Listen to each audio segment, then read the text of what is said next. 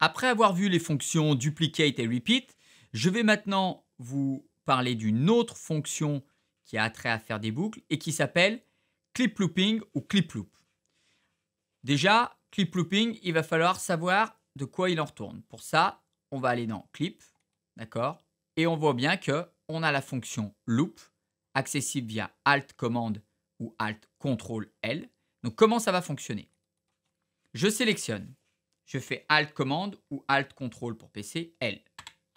Et là, j'ai plusieurs options. J'ai la possibilité, lorsque je fais du clip looping, de mettre le nombre de boucles. Alors attention, je ne sais pas si vous vous souvenez, mais dans repeat, le nombre de fois, le nombre de répétitions que je mettais, c'était le nombre de répétitions en plus de ce qui était sélectionné. Là, le nombre de boucles qu'on doit mettre, c'est le nombre de boucles au total. C'est-à-dire que vous vous souvenez, tout à l'heure, pour faire 4, j'en avais rajouté 3 dans la fonction repeat. Là, si j'en veux 4, il faut que je tape 4 et j'aurai 4 entités. 1, 2, 3, 4. Alors, ce qui change par rapport au repeat, c'est quoi? C'est le fait que je n'ai pas accès aux entités de manière individuelle. Alors que repeat, j'avais accès à chaque entité de manière individuelle.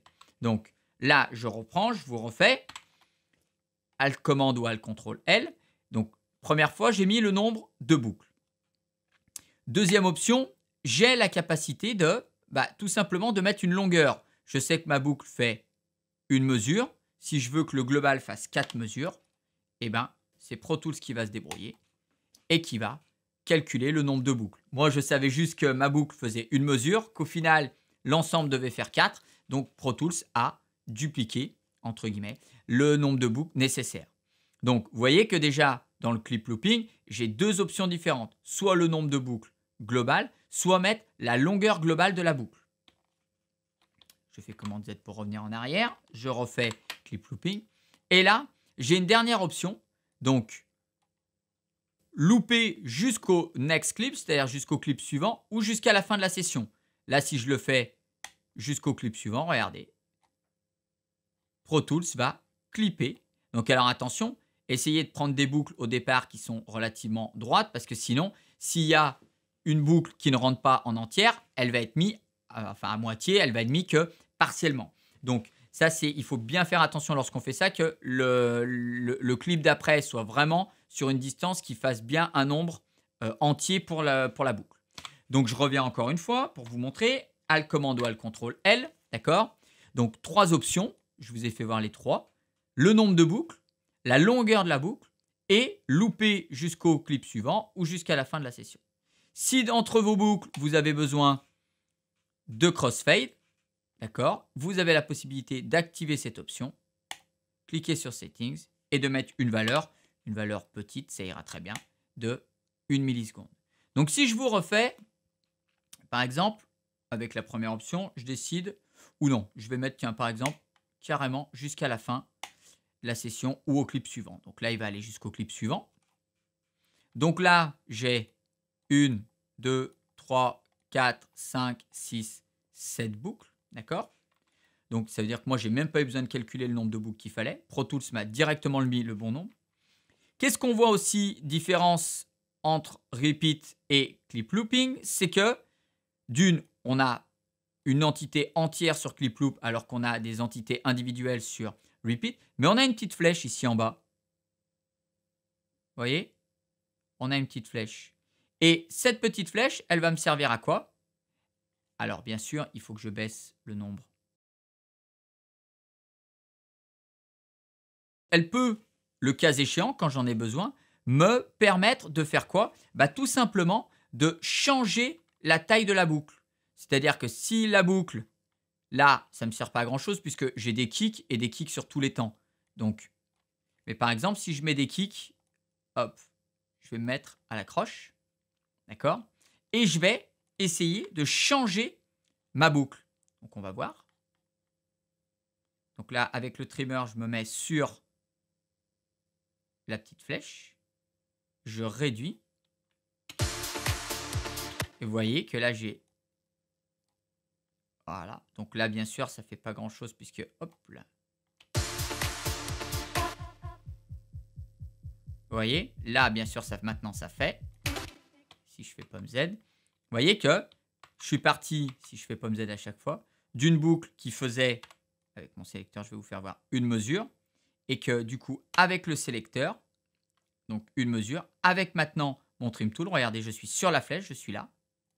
Je vais et je vois la taille de la boucle. Donc là, elle va faire 2 temps, 1 temps. Donc à 1 temps, il n'y a rien qui change, forcément. Par contre, à un demi-temps, là, bien sûr. Ce qui est très pratique lorsque vous êtes en phase de recherche, c'est-à-dire lorsque vous vous dites « Ah bah tiens, je ne sais pas exactement ma boucle, comment elle doit tourner », au lieu d'avoir à dupliquer ou faire un repeat et puis s'apercevoir que la boucle n'est pas bonne, donc de revenir en arrière et puis de refaire le repeat ou le duplicate, et bien là, avec Clip Loop, vous avez la capacité de dire bah, moi je garde la longueur qui était prévue à la base, sauf que je change la taille de la boucle. Donc c'est quand même quelque chose de très très pratique.